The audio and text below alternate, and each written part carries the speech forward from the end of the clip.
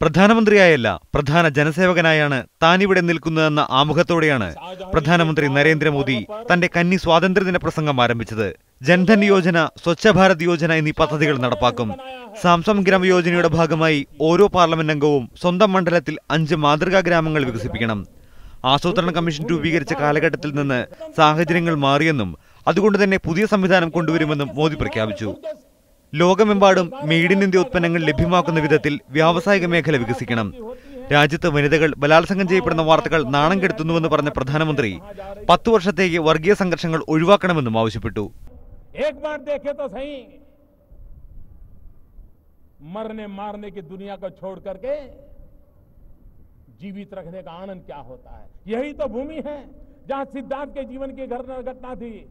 एक पंछी को एक भाई എല്ലാവരെയും പങ്കാളികളാക്കി ഭരണം മുന്നോട്ട് കൊണ്ടുപോകാനാണ് ആഗ്രഹിക്കുന്നതെന്നും മാവോയിസ്റ്റുകളും ഭീകരവാദികളും അക്രമം ഉപേക്ഷിക്കണമെന്നും പ്രധാനമന്ത്രി പറഞ്ഞു.